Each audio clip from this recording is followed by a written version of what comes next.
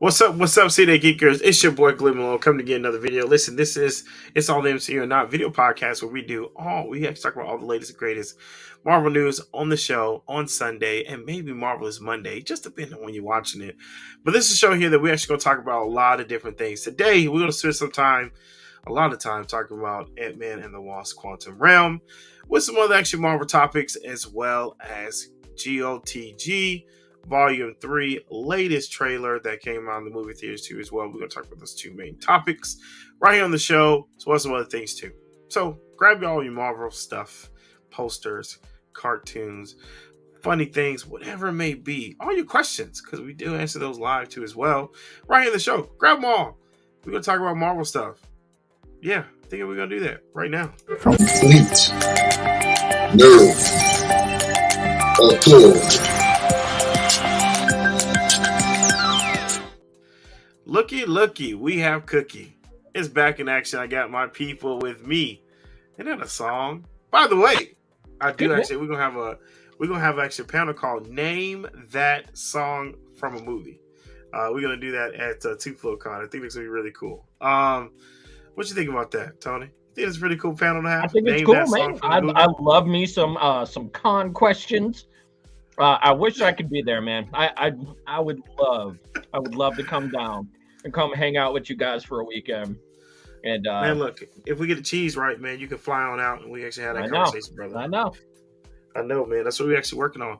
But I got my man that always in the disguise, man. He's been on Anime Time Live, and he don't like showing his face no more. But he's bulking up, so I don't understand why he don't like showing off his. I know. Show off the guns, my bro. I know, right? Busy. I'm busy. I'm over here multitasking, trying to be the very best that no man ever was. You know they say. Look, man. You know they say I about want to see you multitasking. eye to eye. Look, you know they say. What's a goofy movie bro. now? When you multitask, you ain't really doing nothing at all. You know what I'm saying? That's what they say. Multitask. That's what they say. You can't really multitask. You know what I'm saying? That's what they say. I ain't doing nothing at all. Nah, that's what they say, brother. When you multitask, you ain't really do nothing at all. See, there is a wise poet that said, if you cannot look a man in the eye when he is talking to you face to face, you cannot hear his truth. I mean, damn, that's Tony. Cool. That's cool. Tony. Damn, Tony. Yeah. That's deep, bro. Yeah, but hear me out. We in different states anyway. You're in different states anyway. Okay, fine. You know, it is what it is. But listen, the crew's back in action. It's All the MCU or Not. I got my main man, Tony. He does a show every Monday night. Still doing this show. The podcast on his actual Facebook page. Clockwork, man. Like clockwork. Like clockwork, man. He's been waiting for this show, though, for a minute, though. I know he's been missing it, right? And then you got JB versus the world, right? He can find you on Twitter. It's just JB versus, because the world was just spelled out too much, right? It's JB the world, because verse was just too long. Verse was just too long, right? Yes. By the way, real quick, I'm put this in. We're not going to spend that long on the show. I told Tony that earlier, right? He don't really believe it, but we're not going to spend that long, right? But I am going to say a couple of different things, right? We will be at PensaCon this year. I need to put those actual events on our page and stuff like that for the times. Just know Friday, I kind of know some of the times. Friday is DC All Access. Is the DCEU dead or is it alive? Right. That's what we're going to talk about. That's going to be a really good conversation because of how all the changes have been going on. Friday, we have 3 panels. I think the first one we have is Marvel vs. DC. The second we have is It's All the MCU or Not panel. So this name here that's on the show is actual panel as well. And then the third one, I think is at like a 7. We're going to do CNA trivia, which I think is really cool. So we have those. And then on Friday we got anime time. I think that's like at 4 something, right? I mean All on right. Sunday, excuse me. Sunday's like 4, right? So we have 4 of them there. And I put submission in for MomoCon, and I think I'm gonna have a huge crew for MomoCon. Tony, you should drive to Atlanta, bro. I think Yeah. for Labor Day weekend, bro. Thursday, Friday, Saturday, Sunday, and MomoCon, it's gonna be absolutely lit because I think That's it's only going to about be 16 I hours. think I'm from gonna where I have live, like so. the whole CNA crew at MomoCon. Like I'm telling you, like it's going to be an amazing time that we're gonna have It's Thursday, gonna Friday, be Saturday, a Sunday. movie. I know, and then I'm also hopefully I get approved. Hopefully, we get approved for media passes too, so we get a chance to do some media work, conversation with voice actors and other actors, stuff like that too as well. So that's the goal too. Absolutely. But yeah, MomoCon's gonna be it's gonna be crazy. It's gonna be a movie. Yeah, it's gonna be crazy. So the next week we got TupeloCon that will be there, and we have a couple of different panels there too as well. That's just Saturday and Sunday. I think it's March 4th and 5th. So it's a very small, but great anime convention. So we're gonna do some anime things there too as well. So stay tuned for that. And then also we have Huntsville Pop Culture Expo. That's in April. So we got some things going on, man. We got some things going on. I need it. Oh, and then we got in May. We got 2 cons in May. Metropolitan Con too as well. So we have 2 cons that we're doing in May. Actually, we're supposed to do 3, but Sad Face, RIP, MomoCon in Mobile, Alabama. They have completely closed that down. MomoCon is no such thing no more, right? Yeah. It's like the second con. But they're turning it into something else. They are. But no, yeah, some of the board members are actually going over there, right? But MomoCon's I've been doing this thing for a while. Actually, it's been 3 cons who've actually canceled or closed down shop since I've been doing this thing. There's one in Montevallo, Magic City Con, and then now we actually 4 because I forget about there was another one in Mobile that closed down too. I forgot what the name of it is, but yeah, there's been a couple of different things. It's been crazy, but it is what it is. Anyways, let's get on to the topic at hand, right? Everybody's looking to get money, man. Get paid. Everybody's looking to get paid, and unfortunately, like pandemic killed a lot of people, man. It killed a lot of business. Per the details that I read, it wasn't really the pandemic. It was disagreements. Like the issue that I think that really major, and this is just I don't really have inside, but I have an idea. Okay, the idea about, and by the way, this is not really a con conversation. Just want to put that out there. But the idea is all nerdy based. It's all good. The idea is that they've been competing with MomoCon for the last 5 years, and it's really taking a toll on attendance, because how are you going to compete with a much bigger, MomoCon is like a much bigger convention in Atlanta versus a smaller one in Mobile, right? So you really wouldn't get the reality numbers that you want, right? And so, it's really hurt them than helped them. And I think that I don't know if they could have got past that with some of the board members still want to do it Memorial Weekend. And I think that's the thing that kind of tipped over the camel's back, is that it couldn't get past that time frame. Again, that is just my speculation. I don't necessarily know, so don't quote me on anything, but that's kind of like the idea, right? Because I have had some conversations, and this has been speculated that we're thinking about moving the time of MomoCon to a different time of the year. And I think that's actually one of those things, right? Is that, sometimes people try to fit in somewhere that's just not conducive enough, where the bigger ones is taking over. You know what I'm saying? So, it is bittersweet. I am definitely going to miss them. I always tell people from the beginning that convention is that convention itself is probably one of the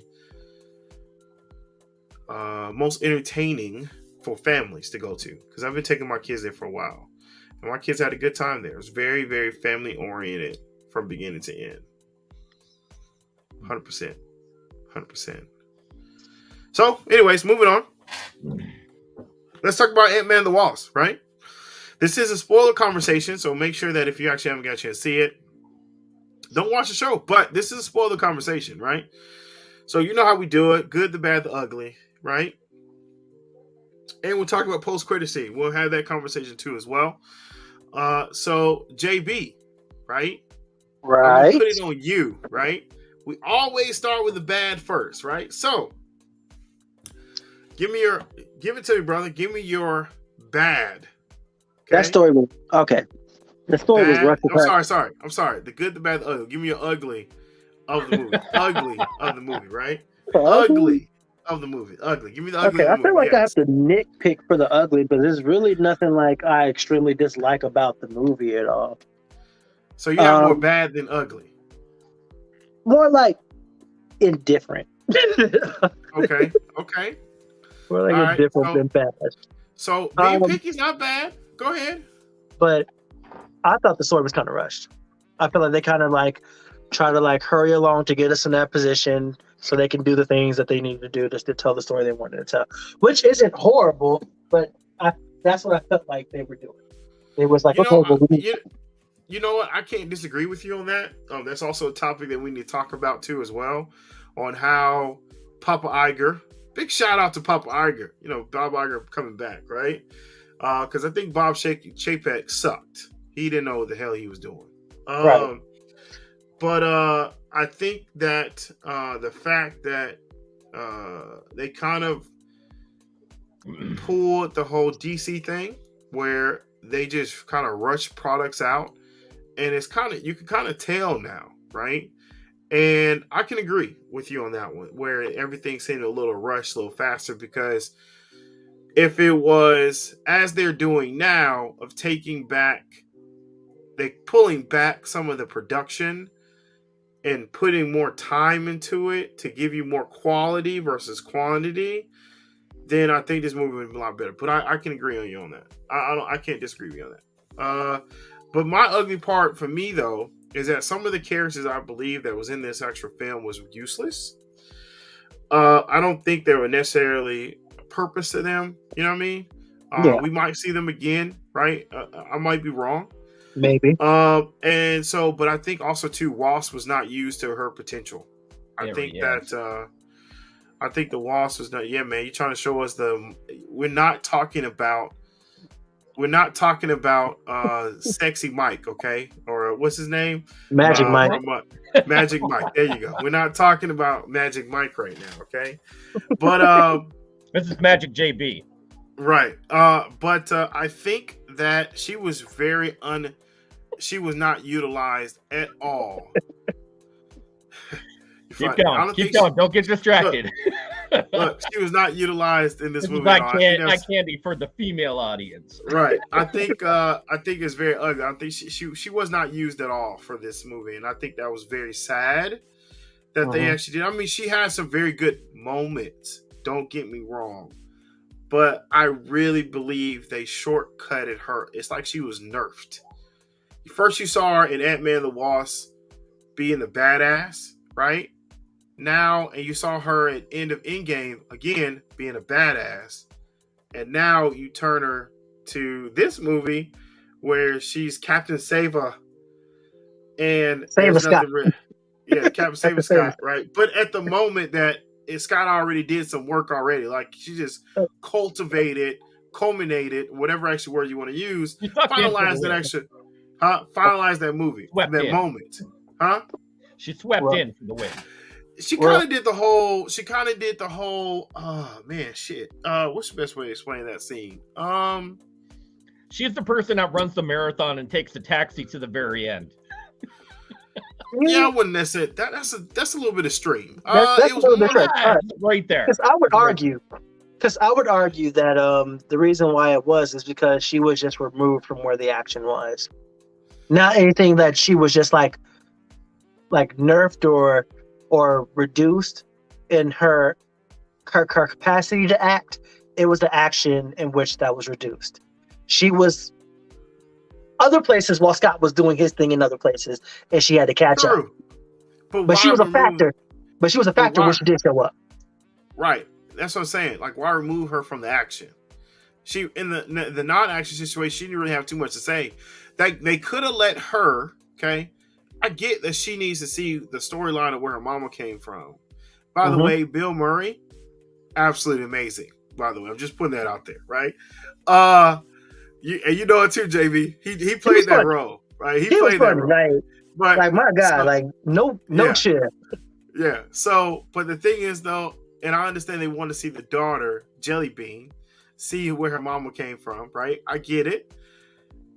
But I wish that she would have been with Scott to do a lot of the action versus the mom, because it could have just been her mom and Hank in the process, right? To figure all that other stuff out.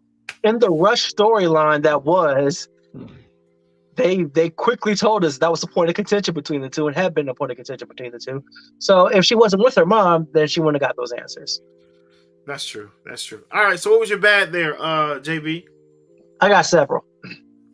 Woo! All right. The actress that played Cassie Lang, Cassie Lang in general, I thought she was a bit extra. I thought she was a bit just doing too much, especially when it comes to her insatiable need to save people, and especially when there are bigger things at play here. Save these people or get killed, because you got to go. It's not really doing that. Also, her intelligence. You're telling me that an 11-year-old in 5 years learned everything about quantum physics, the quantum realm, and PIM particles in 5 years? Pause for a minute. Why couldn't she? Because she was 11. If a Granddaddy Hank laid everything out, if Granddaddy Hank laid everything out in a book, why can't you? Because right now, most people can study what they actually want to study in a book to understand knowledge of what's going on. Am I right or wrong? Now, for those of you who are watching at home, watching in your domiciles right now, we argued about this for 15 minutes off air. Now, I pulled some stuff back, so here's my chance to finally let go some of it.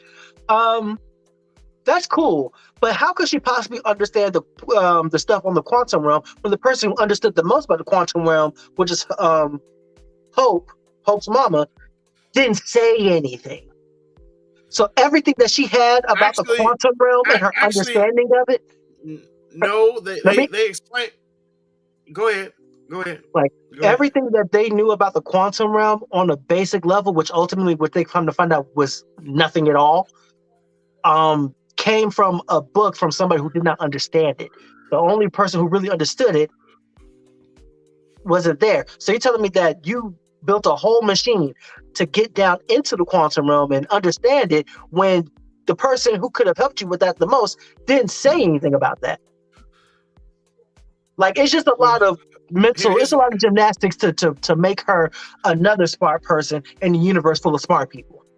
So let me break this down. Let me actually, because they answered a lot of that stuff for you. Hank talked about how he had a theory of the quantum realm and how things are, because he even helped Scott get to the quantum realm, because he said if you shrink yourself too far, that it's going to take you to the quantum realm, even the beginning of Antman, right? Right. And so Janet Van Dyne, or Janet, right? She went to live the quantum realm. All Cassie was doing was sending a signal to the quantum realm, and understood how to get a signal there, just as well as when Scott did his whole microscopic thing, getting smaller and smaller, got into the quantum realm. She was just creating technology that allowed you to communicate in that level. That's all there was. Nothing more, nothing less. She created a machine that would have mapped out the quantum realm. First of all, if you're that smart, why are you going to jail for activism? You need to be working for that company. You need a big time job. But it was more than just her. What's the name? The Van Dyne, Evelyn. She helped, and Granddaddy Hank Pym helped her too. So, but it was her project, and she took the charge on it.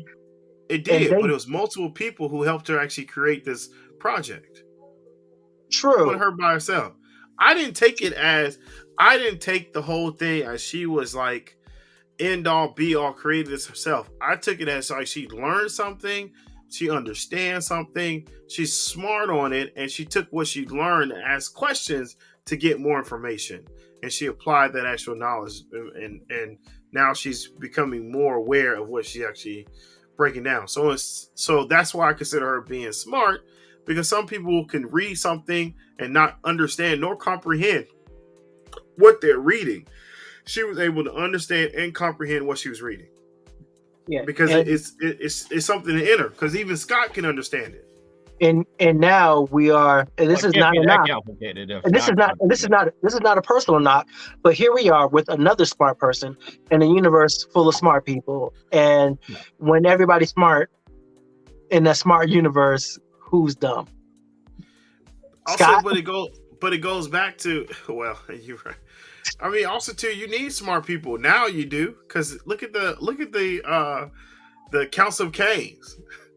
All of them were smart, right? But the whole So crew was smart. Like Hope, Janet, Hank, like everybody's smart. And now her, and that's before we even talk to about a Shuri or a Kate or a Yelena or who's like Hulk or She-Hulk. Like there are so many like smart people. It's almost a prerequisite to losing your parents to become a superhero in the MCU. But She-Hulk is smart about her law stuff.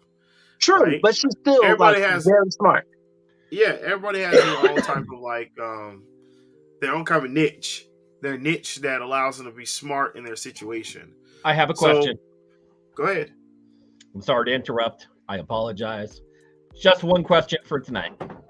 Okay. Do you gentlemen think that the rinse, wash, and repeat of the Disney formula formulated this into a loser type of mentality as far as the movie itself? So, you know, a lot of people are putting it at a 6 right now for story writing, product development, character development, as well as the rushing of the storyline. And not necessarily that it didn't even bring in everything, but it only brought in 2 portions of the Marvel universe into the not into the necessarily the ending of the movie, but doesn't necessarily tie off all the loose ends in the Marvel universe. Go. Well, you go first, JB, or sure. Yeah, the formula's tired. Like it's been tired, and that's another part of my ugly is that this felt like another outing that I'll probably watch one time, maybe 2 on my own, and then I'll probably never see it again unless somebody forced my hand to. Like I feel like overall the movie set out to do a thing. It did the thing, and now it's like, okay, well, let's just get ready for the next thing, and that's just that. Now, on my standpoint, I don't think this is a rinse and repeat. I think there's something new, and there's something gave you a different perspective. Again, remember, we're at the beginning of Phase 5, right? Mm-hmm. Every movie at the beginning of the phase wasn't necessarily the best one, nor it was the greatest one out of the phases. Wasn't the right timing. Not everything coincided with itself. I feel like there were certain things that stood alone, as far as Moon Knight and not the Loki universe, but I know Moon Knight definitely set itself apart. Moon Knight was definitely different. Yeah, definitely different. WandaVision. WandaVision was a WandaVision started Phase 4. Started Phase 4, coincided with the actual Doctor Strange movie, which is okay because that whole situation was supposed to be reconciled in itself, but will continue on even into Agatha Harkness, and hopefully, if that's what they continue with. But go ahead.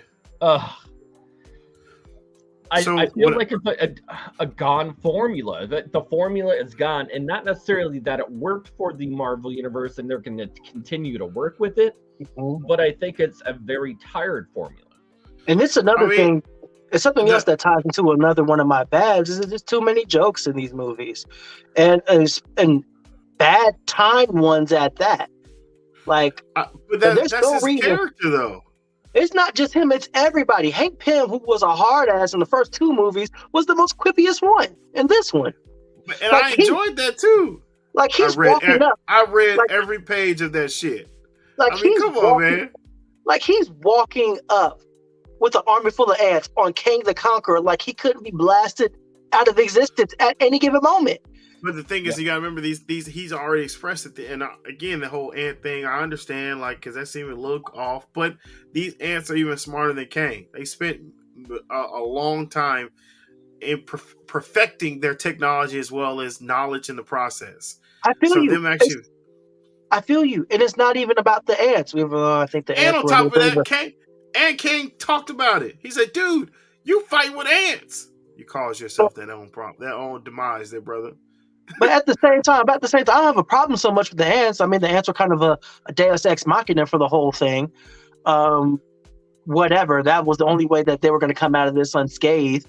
It's just to Deus Machina the freak out of it, because they really should be dead. Like, by all accounts, like Antman and them, they should all be like whatever the equivalent of 6 feet under is in the quantum realm. They should be done. Okay. They should be. But, you're right. Kang the Conqueror should have killed them all. But there's just jokes in the face of danger like that, like a real grave threat like that, an unwinnable threat. Like, the only reason why Scott and Kang could have a fist fight at the end is because of what the ants did to level the playing field and break him down. That is the only way that is even just like literally responsible to put on the pen to paper to make that a reality. It's because of those ants. And they didn't even finish the job. But whatever, we gotta have it. But they should be dead.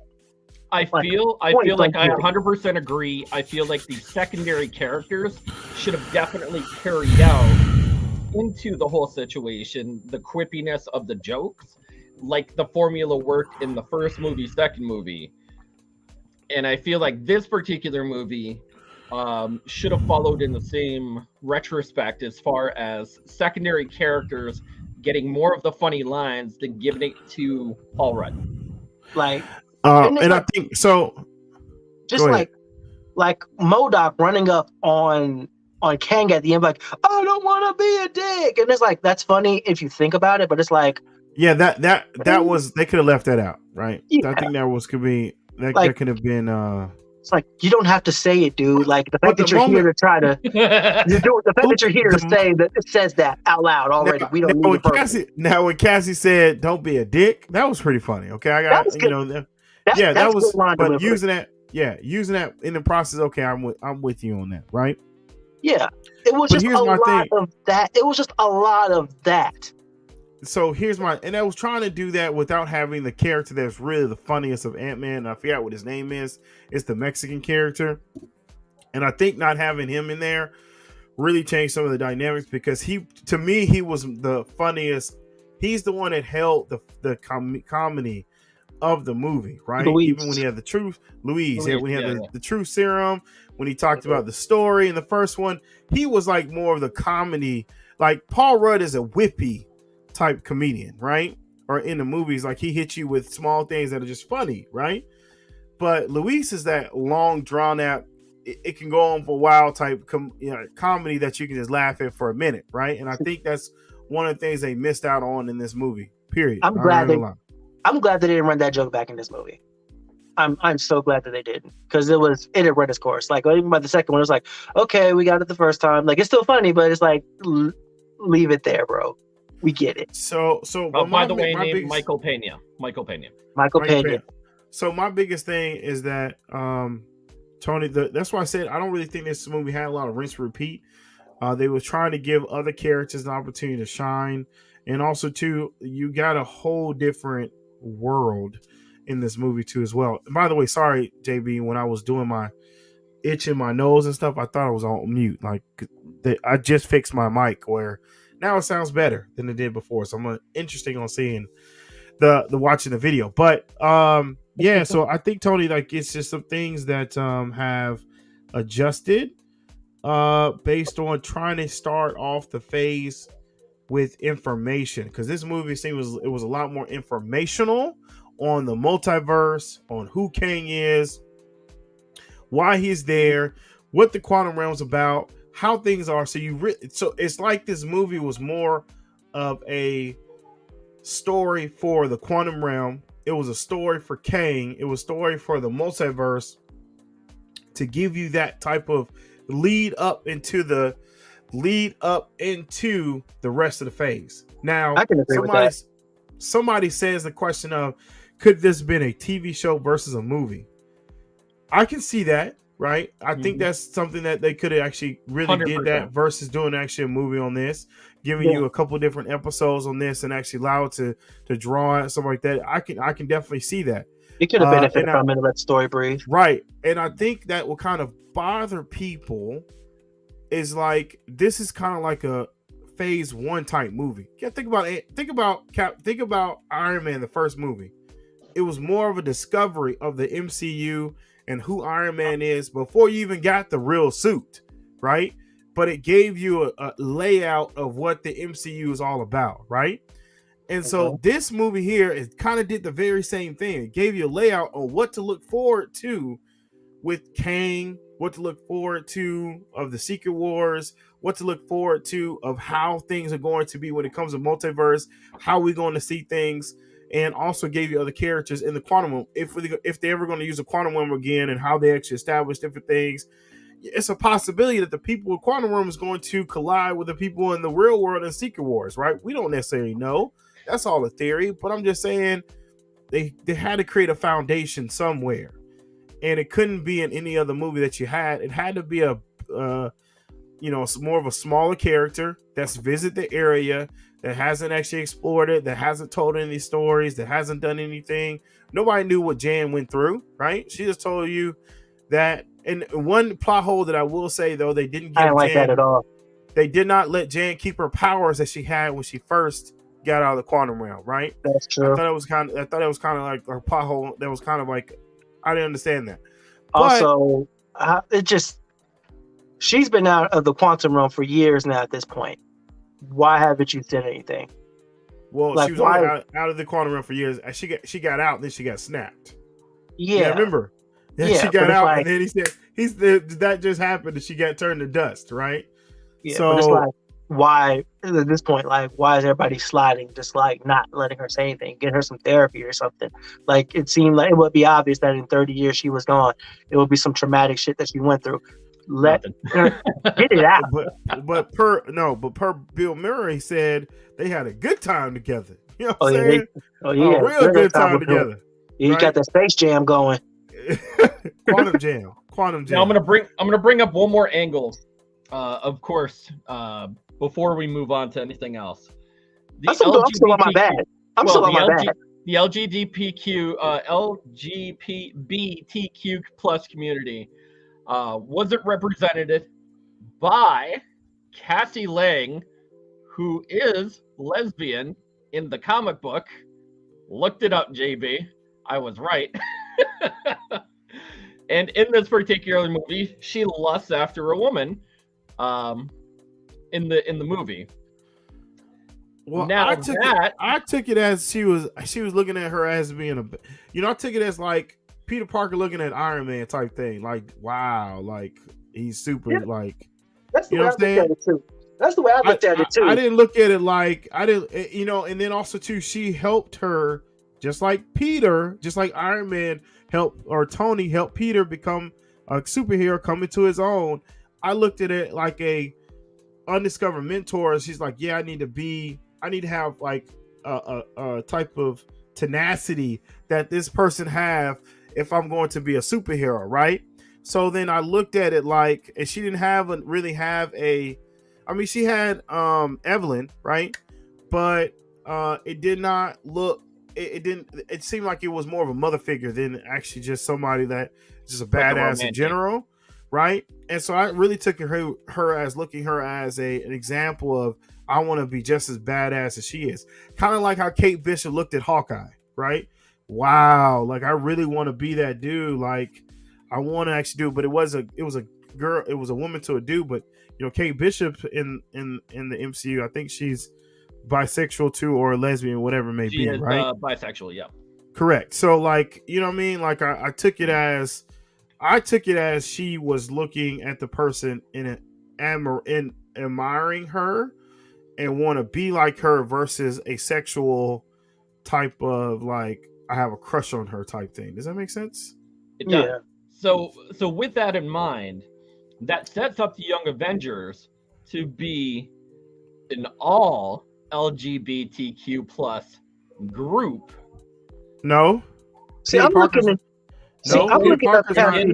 Hawkeye, No, Peter- Kate Bishop, Cassie Peter Lang, Parker- and Patriot as well. Peter Wait a Parker's second. not. Whoa. Patriot is not. Wait a second. Me, it's not. Eli, Look it up. Eli, and Rayshawn are definitely not. Because Eli dated Kate Bishop in the Whoever the comics. new one is, I don't know who the newest version is. Kate was kissed by a girl, but that never went anywhere. And from what I know about Cassie, she dated Iron Lad, and she dated she was interested in this guy named Kristoff that was a former ward of Doom. But I've never known her to be in a relationship with a girl or even be that way. I think they're actually trying to establish it inside of the group, but I don't think that's going to be the whole entire group, because I think Spider-Man is going to be part of the Young Avengers. I think they're going to have. He should be. Spider-Man is a full-on Avenger. He's a full-on Avenger. There's no going back. Now, but he's there's something supposedly about him being the way a leader they're of establishing Secret this Wars though is Kate Bishop the same age as him, right? And Right. roughly. Yeah. Roughly. No, because he just started college. Kate Bishop's been in college for 2 years. She dropped out. Remember? Oh yeah, he's right. You're right. So they're technically in the same age, right? And so Cassie Lane just got out of high school, and then you have We don't know what Cassie's doing. Then you have Riri, right? Exactly. Then you have Riri Williams. She's in college, a freshman in college, so she's the very same age as Peter Parker, right? Because she was in college, right?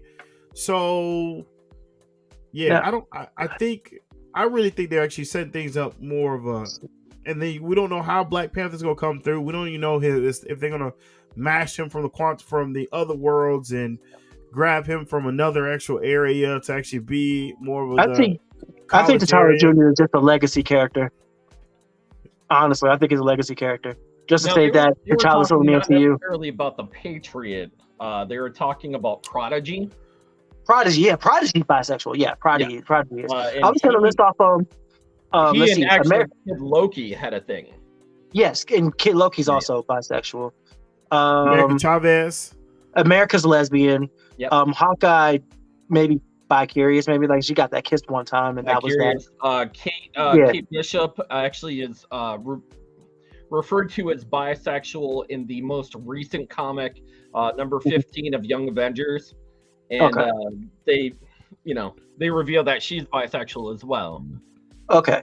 Hoagland and Wiccan are married. They were married and have yeah. Prodigy we talked about. Novar is bisexual. That's pretty much everybody as far as except for not to say that Disney had come out in a press conference recently and said that they were probably going to keep the LGBTQ plus storyline and group together and kind of mesh it together well for the storyline of the Young Avengers as well. Yeah, and they should be. I mean, especially for the Hulk, in the case of Hulkling and Wiccan, that's a big thing. That's a major thing for them. So, and then that's their characters, and I hope I say this is broken. This first half of what I'm about to say is going to sound cancelable, but hear me out in full. Like, my big thing is, like, I'm a story guy. I'm a characters guy. Like, I like story beats. I like to see things through. I like for characters to develop and grow, whatever. I do not like gay characters. What I do like is characters who happen to be gay. Characters that are not defined by their sexuality. Yeah. That is first and foremost my thing. Like, And so I don't think they do. Does Marvel ever define somebody for their sexuality versus no, define the no, character? no, no, Marvel, All no, encompassing always. Marvel's probably the best at. They're probably better than DC at that. Yeah. Like, and that's what I feel like. Why I stopped watching Supergirl on DC and on CW, because I feel like that's what They Supergirl's pushed the sister. envelope on that a little bit. They really did. Yeah. And it's like, okay, we get it. Like, you came out the closet. We were there for that. We saw it. Like, we don't have to make full episodes and whole things just about that. Like, what about the rest of you? You were a badass, like CPA agent. Like, let's talk about DEA agent. Let's talk about that. But everything's about that with her, and that kind of turned me off from watching the show. But Marvel does not have a problem with that representation at all, or handling it and putting it out there. So that's not even like remotely a concern. Well, we're gonna find out and see. Only time will tell on that one, right? But So can I get the bad? The bad. Oh, and also Kamala Khan as well, also being a bisexual character as well. Is she? Yeah. And she's part of that too, right? So, all right, That's the JB, first finish I've giving heard out of your bad there, JB. Okay. Yeah. So, what did I say so far? Story. I said the writing was the ugly. The writing was the ugly. Cassie and how they kind of handle her, I really did kind of find her kind of annoying, and just how she had constantly had to be reined back in. Kang should have killed somebody. Somebody should have died. I feel like that was. He did kill a whole bunch of people when he fighting the actual I feel like the resistance. He needed to kill somebody that was of major controversy and major acceptance in the movie itself. Should have died. Boom. Somebody should have bit it as a consequence to let you know, hey, this guy is out there. So you wanted somebody to bite the dust. That was somebody that's important. Okay. Thanos killed Idris Elba in the first 10 seconds. That was it. No, he killed Loki first. Then he killed Idris Elba. He killed Loki. He killed Loki. Idris Elba. Yeah, he killed him in front of Like, he killed two characters. All right, so he killed two characters. I think he killed Idris Elba first. He was going to kill Hulk. But he was about to murder people. And we didn't even know what happened to Valkyrie at that time. Mm-hmm. So, but my biggest thing though is that Thanos did not. It was not at the moment of destruction yet. For it was not.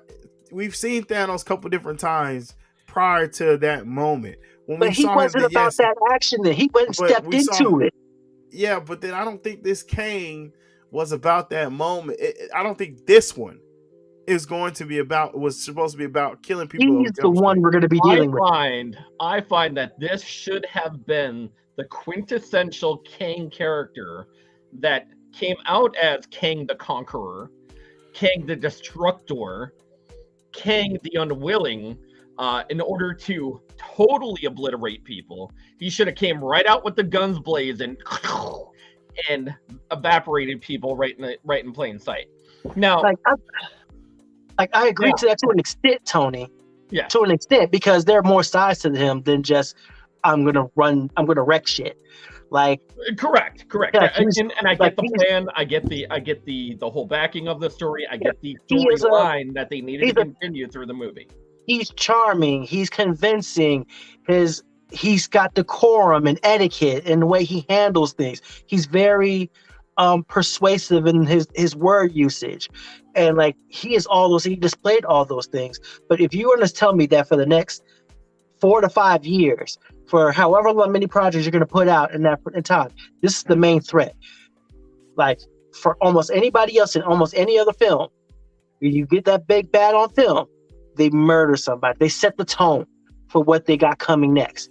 And he did next to nothing with that.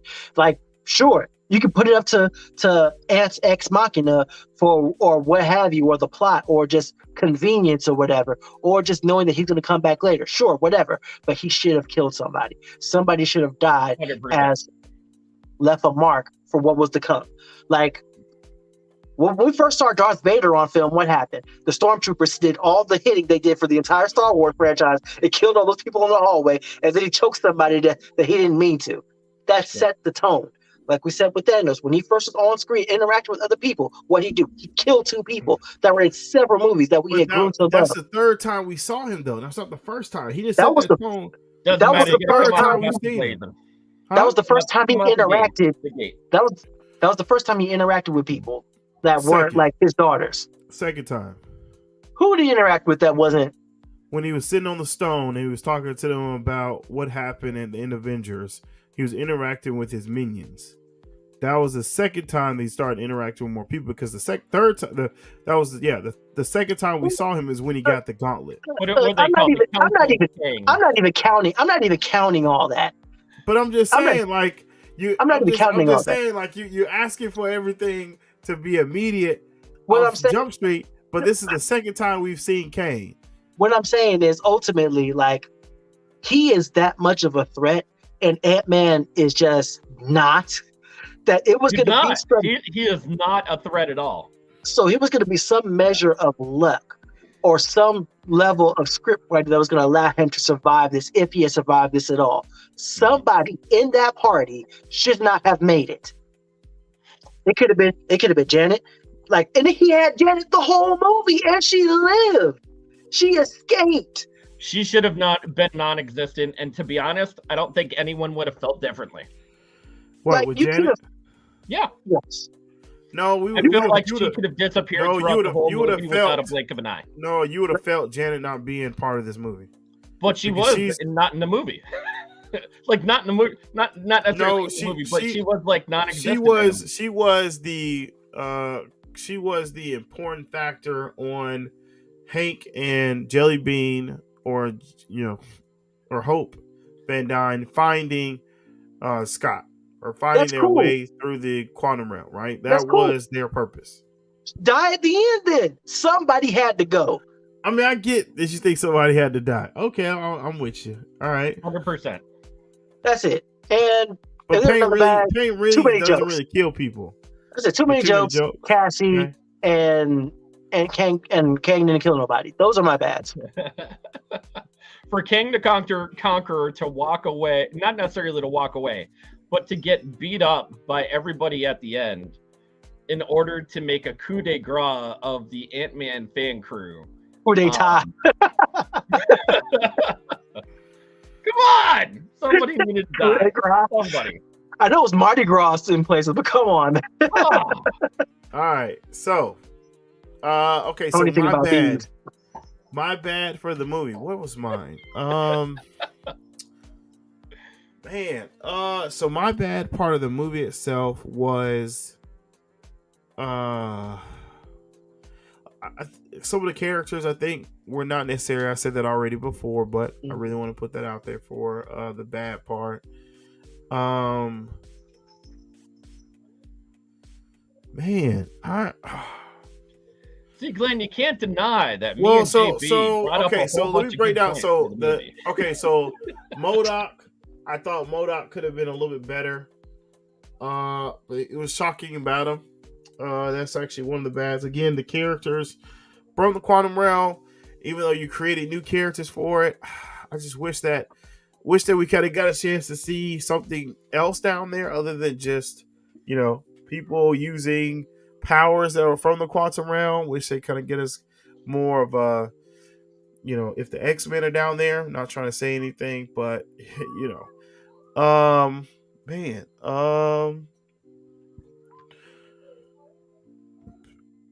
I guess no, that's actually not really a bad thing either. I guess for me that's actually really about it, because I can't really think on other things that are actually bad when it comes to the movie, other than the stuff that I've Look, Glenn, this laid movie out was already. made out at a solid 6 to 7. Huh? If you want to see it, see it. If you're I gave interested in this Marvel movie movies, I see gave it. this movie an 8. So what were some good parts for you, JB? The visuals are beautiful in the film. They were. They were extremely good. Paul Rudd, and Jonathan Majors and Michelle Pfeiffer, I felt like were like the best parts of the movie. Like, Paul Rudd is a national treasure. We need to protect him at all costs. Put him in a bubble and preserve him for all time. Even though he'll probably outlive us all, because I'm pretty sure he's a day walking vampire. I'm pretty sure he is. But either way, despite him being a blood-sucking vampire that can walk in daylight, we need to protect him because he's great. He's phenomenal. Jonathan Majors easily just stepped into the top 5 villain in the MCU. And I know relatively that's a low bar, but Jonathan Majors was absolutely amazing in this role. He's a fantastic actor. Fantastic. And the range. Oh my God! Especially in that last post-credit scene, well, the mid-credit scene, the range he showed was just. I sat there and I'm like, this is so good. I wonder how long it took for them to film this, because this was great. He is just so good. I'm looking to see what he does next. Michelle Pfeiffer, for all the secrets that Janet was holding in, that was annoying. That should have been one of my bads because she got on my nerves with all the secret holding that she was doing. And even when confronted with like the threat that they were faced with, she still wasn't saying anything, and she should have spoken up more. But despite that, Michelle Pfeiffer, she's a fantastic actress. Like, that's it. Okay. So the good part of me, I love the comedy. That was actually really good. Again, I had to put MODOK. That was a shocker. I did like the third person conversation that Paul Rudd has in the movie. I thought it was actually really funny. That was really funny. The Explorer of the Quantum Realm, the John Mayer playing Kane was on point. I hate that King the Conqueror died. I hope they actually bring another character that's similar to John Mayer. You just say John Mayer. Yeah, my bad. All I'm thinking is my body is a wonderland. Jonathan Mayer. Jonathan Majors, excuse me. He did a good job. Jonathan Majors did actually an amazing job as Kang. I do love Cassie Lane. I thought she was actually really good. Overall, though, for me, the movie actually cultivated a beginning that I actually enjoyed. So I gave it 8 out of 10. What do you give it there, JB? I'd give it a 6-8, rounded up to a 7. Okay. It did what it was supposed to do. It was supposed to set the tone, or at least give us a glimpse of what's to come. And set the tone was the right word. Yes, set the tone. Yeah. Now they established the threat without him killing somebody, which is still whack to me. But that's exactly the point for me. Like, it's like they did it, but they didn't put the exclamation point. They didn't put that little bit of stank on it. But that Kang is still alive. That was the one in the end credit scene. Ramatut. Yes. And I feel like it did what it was supposed to do. I would probably watch this movie once, maybe twice on my own, and I'll probably never see it again. Gotcha. All right, cool. Okay, well, so that's actually our response. Tony, I know you don't have anything that you want to add to that. He still got to get a chance to go check it out. I'm pretty okay. Like, I've watched some of things. I've watched, I watched things. Things. Listen, comment below, let us know what your thoughts are. We really want to know, like, if you got a chance to watch Kang, what was your good? Kang. If you got a chance to see Antman the Wasp, Quantumania, what was your ugly? What was your bad? What was your good? What was your best part of actually the movie itself? Because at the end of the day, only thing we actually want to do is we want to look out for the little guy. Okay. Shout out to Antman and actually being able to put that to use. Because again, that's Tony Stark's. That's Captain America saying, right? And I love how he actually put all that stuff to. I mean, he took so many different people's sayings and quips and stuff like that, and I thought it was actually really good. All right, now moving on to some parts of the show, we're gonna talk about some news real quick. Obviously, we actually just touched base on that. Bob Iger put out a newsletter. I'm not going to actually go look at Deadline. It's out there. Bob Iger put out his newsletter, and he's talked about quantity of Marvel. He made an announcement that said that we are going to cut back on some of the products that are coming out via Marvel because we are wasting money, in other words, right? So, Tony, what do you think about Bob Iger putting a halt to so many projects that are coming out with Marvel? Because remember, last year, guess how many projects came out last year, Tony? I know there was a ton. 18. 18 projects came out last year, right? So what do you think about them cutting down to maybe 7 or 5? I think the major thing was quality over quantity. Quality Sure. over quantity. And you know Correct. what? That's a major thing. That's a major thing that they were working on in the very beginning. And when Chapek was in office, you know, of course, he was worried about the number one thing, pumping stuff out. But it isn't about pumping stuff out and getting money at the very end. It's the quality of the things that you're pumping out and making sure that it coheres together. So that Right. way you make $1 billion off a movie when it is good, 100 million if it's bad. Very true. Okay. All right. JB. Yeah, I agree. You need to have quality over quantity, and we have been talking about this show, talking about this on this show for about in the 9+ months since I've been a part of it, that not everything is good. And even with that, That's just true. the things that we do like they're few far in between anymore. And it's going to be hard enough as is with everything that culminated after Avengers Endgame anyway, to kind of keep things going and to keep things fresh and to keep people interested. Like, I know Marvel's a True. machine that's going to make money despite itself, but you can't slip on what you're giving me just because you have the power and the ability to give me a lot of it at once. Give me quality things. That's the most important thing. Like, whatever about the dollar, you're going to lose people permanently, and that's going to affect your bottom line more harmfully. So if you want to speed ahead and 100%. do all that, no, that's cool. That's your prerogative. But if you want to keep people invested, you want to keep this thing going longer than it has any right to last, then yeah, slow it down, invest, and put out better quality stuff, because that's what's going to keep people. 18 products, 18 things in a year is crazy. It is overkill. It's a lot to stretch, and it's Yeah. a lot to It's adhere oversaturated. together. It's very oversaturated.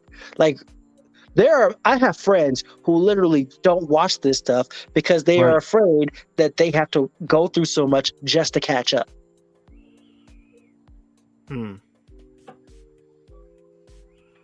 That's interesting. See, and I agree and disagree that you have to technically watch something in order to watch something else. Because you know, there were some great movies even from last year, such as Shang-Chi, which was was a very, very good movie as a standalone. It was the best of the You didn't need phase. to watch. You didn't need to watch anything else in Okay. order to understand what was going on. Black Widow, also another movie where if you didn't know what was going on in the universe, you could watch as a standalone. You know, the TV shows in general, you don't necessarily have to watch what's going on in the movie universe in order to capture what's going on in the TV universe. Because they are trying to get them to coincide together, but it doesn't necessarily mean that whatever happens in a movie is going to happen in a TV show either, or Right. vice versa. Right, exactly. Okay. Huh. All right. Well, I mean, yeah. Okay, I see that. That's why I agree 100%. They do need to cut back on the specific shows. JB, Yo, what's your thoughts on it, brother? on them scaling back? Yeah, going from 18 down from what they're actually scaling back might only give us like 7. Good. If it means better quality stuff, then I'm all for it. Yeah. Like, I'm not about making money from like putting out products for product's sake or making money for money's sake. Like, you have stuff like this where it has like, it's $1 billion industry. You have thousands and millions of people who are love and invested in these characters and love seeing where this goes, and definitely just want to see this do well. If you don't do this justice, then why are we here? Yeah. Well, I mean, the biggest thing is that Bob Chapek put in financial guys on top of it. And they just want to pump out product no matter how much it costs to allow us to get a debt, and then we're going to be in the same boat as Warner Brothers. No, all right. So I can say this honestly now that the ship is being corrected. A lot of this has been a 2-pack of ass lately over the last 2 years. A lot of it has been. And if you're going to scale it back so you can invest in better writing, so you can invest in better CGI, take your time with those things. If you can, so you don't have to worry about a Mahershala Ali getting frustrated with the writing. So you don't have to worry about like She-Hulk looking like she belongs on a PS3. Like, so you can make these things better, so you can pump out better things. Give me that. I would appreciate that more. Even was True. Like, I mean, even a thing. Like, just give me something I can invest. Like, even with that, like, there's so much that happened that people and characters slip through the cracks. Did you remember Ghost from Antman and the Wasp in the last movie? Because I sure as hell forgot about her until my homie brought her up to me like the other day. Like, no, she's supposed to be in Thunderbolts, but they replaced her with somebody else. Yeah, they did. They already ghosted her. That's a good one. But yeah, I get it 100%, right? You want to. I'm excited that they're going to pull back quality. Even Kevin Feige made an announcement and said they're going to pull back. So that means we're not getting Echo this year. That also means we're not getting Agatha Hart this year. The only Marvel TV shows that we're getting this year is Secret Wars and Loki. That is all. That is it. Huh? What if season 2? We're still getting that this year? Yep.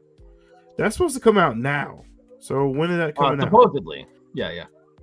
So we don't know if that's actually still coming out or not. Even we're supposed to get Spider-Man freshman year this year, right? So we don't know what that actually all looks like based on everything else. So I'm excited that they push it back. Another thing is that we actually got a poster for, and I'll post it up here, but we had a poster for post-production. We had a poster for the newest image for Miss Marvel, or the Marvels. And in that process of getting that poster, 2 things happened. One, Kevin Feige said 2 things. One, now Kevin Feige said this, that Kamala Khan is going to steal the movie, right? Second, they pushed this movie back. So originally it was supposed to come out in March, right? What was supposed to come out twice in it was set for July, but they had it set for November. So I think they moved it back to the original date because Disney had another movie coming out. I think it was The Haunted Mansion coming out the very same weekend. So they didn't want to shoot themselves in the foot. Excuse me, I said book, but in the foot. So what that means is that now we officially get the Marvels in November, and Kevin Feige said that this movie is going to be upheld by Kamala Khan. So JB, what do you think about what Kevin Feige said, and get a chance to well, first, what do you think Kevin Feige said? Okay, first of all, Iman Vellani, I saw on the show that I loved her as Miss Marvel. I felt like the writing let her down ultimately, but she was charming. She was cute. She was Kamala Khan. Like, there's no other way to put it. She was Kamala Khan. She embodied the character. And I love the characters at large in that show. It's just that the writing was dumpster juice. But good call on that. But yeah. As far as the other part, yeah, give Tiana Paris all the things now, because she's going to get my undying love and respect until this movie comes out, because I love her. She is my favorite going into this movie. And yeah, I really want to see it. I cannot wait to see what this movie looks like. Am I the only one that's not excited for Marvels? Yeah, you're the only one. I'm really excited about it, because I want to see Proton. I want to see what's her name? Spectrum, and I want to see Kamala Khan. Cool character. That should be all right. I want to see them interact with Miss Marvel. Right. I want to see how they interact with Captain Marvel, since this is their idol they've had. So I really want to see what that relationship is. I hope it's something dynamic and allows them to do it. Right. So, Tony, what do you think about what Kevin Feige said, as well as the movie getting pushed back? I'm way okay with it. Push back the movie if it's a dumpster fire. I'm hoping that someone just puts it out of its misery with a fire extinguisher. That's all I got. Huh. I understand. Okay. Yeah. Well, that's cool. I'm with you. And to be 100%. honest, there's several things that were pushed back, and to be fair, the Agatha Harkness movie should never. You mean TV show? TV show should have never been made. The Echo show should never have been made. Agreed. There are several things in the Disney universe that shouldn't be there, even though they tried to push it or for it to be made into something bigger. But you're talking about all of these and I'm talking way in the back, D-rated characters that are getting a push that should not, unfortunately. So it is what it is. You know what? I'm glad that they're shifting it back. If they sweep it off the map completely, I am way okay with it as well, because there are a heck of a lot bigger plans for the MCU universe, and I cannot wait, even for Fantastic Four, which is shaping into something pretty nice, especially with the character, not necessarily the character development, but for the actors portraying the characters that they have set up for right now. So, well, can I briefly interrupt you real quick, Tony? Yeah. I forget the actor's name, but he played Chidi on the Good Place. Okay. He should have been Mr. Fantastic if Jonathan Majors going to be Kang. That was a missed opportunity. That is an ugly. That is an ugly for Antman Quantumania. That was a missed opportunity. I agree. That was actually one of those opportunities that you missed out on. But I'm okay. Like I said, I think everything's going to work itself out to their favor. I think the product and the quality is actually going to go up. So they're not going to lose, as somebody said, their magic, which I still don't believe they actually lost their magic. I think is more of a discovery and a phase to get you started for what's in front of you, right? Not everybody Chidi was played by William Jackson, by the way. William Jackson. Yes. William Jackson. Yes. Yeah. Sorry, continue on, Glenn. I am. Like, I'm just, yeah. Dude, okay. you're wiped. You're wiped out. Huh? No, I'm not asleep. You look wiped. I am very tired, right? But I'm actually not wiped, right? Actually, I'm a little drunk because I had some alcohol prior to it. But anyways, that's just me. So yes. Guardians of the Galaxy actually did a trailer prior to the movie. I normally watch trailers with you, but I actually got a chance to see it, so we're not going to watch it live. But we're going to talk about it. And this was more focused on Peter Quill, and we saw Nebula holding him in his arms. What do you guys think? You think Peter Quill's going to die? He needs to. Actually, they all need to die. I don't think all Guardians of the Galaxy need to die, bro. Yep. That's hard. I like Peter Quill. I like him playing the character, and I wish that he stays. I mean, I'm okay with him, Rocket, Groot, and his sister being alive, Mantis, and Nebula. I think Nebula is actually an interesting character in the token of what she's actually doing. So I'm actually okay if they continue on with Groot as the only living character from the Guardians and then turn it into a King Groot movie. Nah, first of all, Peter can get bent. Like, I don't like him. He cost the universe. He cost the universe. Let's not act. I forget. Yeah.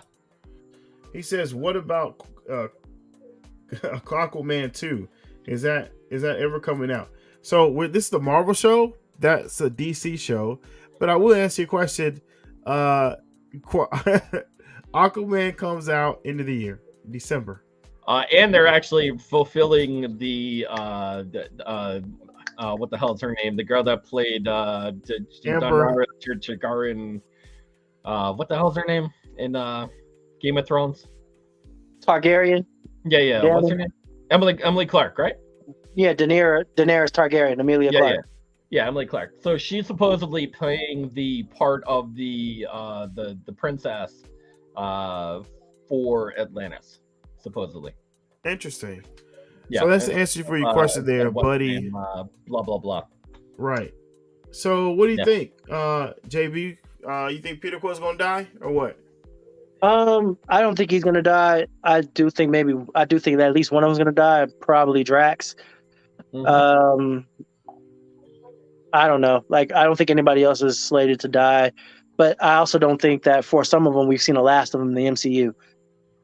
So that'll be cool. Gamora has been on a villain arc in the comic book, so if she did that, I'd be okay with that. But nah, I don't think Peter dies. I don't even think we see the last of him after this movie. I agree 100%. They say this is the last Guardians movie, so. All right, it's his last Guardians movie. About it. That's what this is the last Guardians movie, but the Guardians are not over. I mean, they still got to do things in space. Then well, they're Guardians of the Universe, but not Guardians of the Galaxy. You could do that. Yeah, you could do that. Okay, we gotta wait and see. But guess what? That's all the topics for today. That's the show. Because I'm actually wrapping it up. Because I'm gonna actually head to get some sleep. Because it's been a long day for me. Even though I was not asleep in the show, just enjoying my. Nobody said you were asleep. I know, right? I'm just talking about the fans. I'm just talking about the fans out there. If you think I was asleep, I was not. My eyes actually kind of burned a little bit. Anyways, but that's just me. But we were all thinking it though. Huh? We were all thinking it though. I know you were. That's what I'm telling you. I wasn't asleep. So Tony, how can they find you, brother? Let's wrap this up. If you were looking for me, look for. I said it's supposed to be 30 minutes, but Tony actually talked. He added more questions. That's why the show is a little bit longer. But again, look for my name. Put it on Tony. Yeah, I got it down to an hour. So hour and 11 minutes. Tony is innocent. I know. Always. Tony's always innocent, right? So how can they find you, Tony? Look for me and my name, Tony Kaz. Look for the Pod Guys podcast, THEPODGUYZ podcast, on all your favorite streaming devices. We are up to date as of today for all of our shows. They are on iTunes, Spotify, iHeartRadio, every streaming device you would ever think of. Google Podcasts, just Google our name. We're there. He said we're there. We're there in action. We're there. JP, how can they find you, brother? All right, first of all, before I get into that, justice for Tony. First and foremost, you can find me at my name, how it's spelled, on Facebook, Instagram, YouTube. I am currently doing a Black History Spotlight series where I highlight and go through the bio of a random Black character in fiction.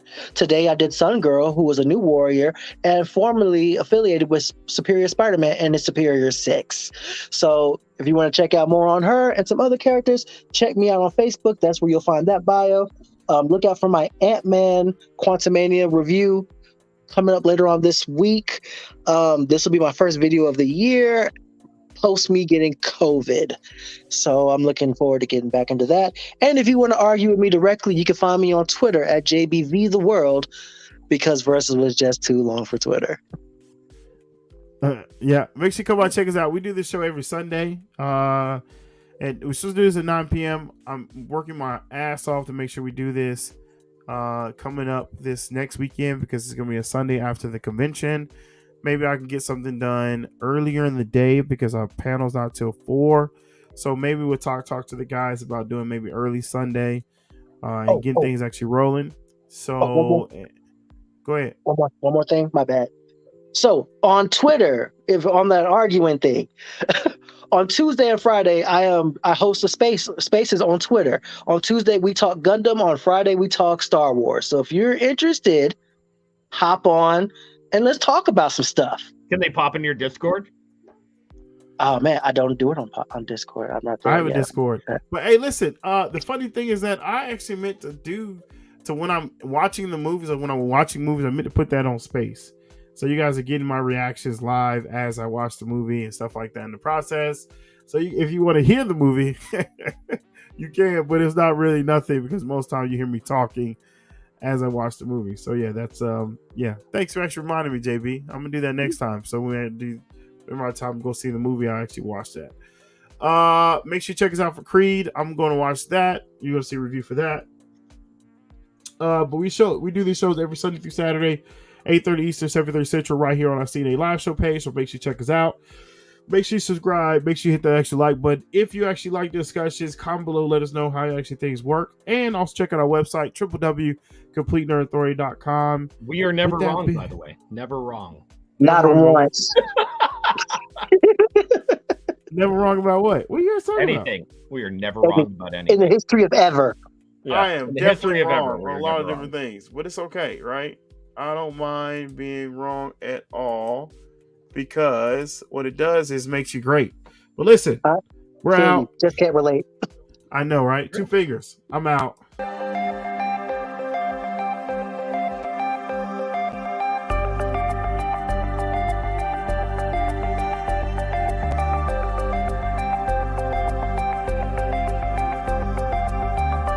Complete nerve authority.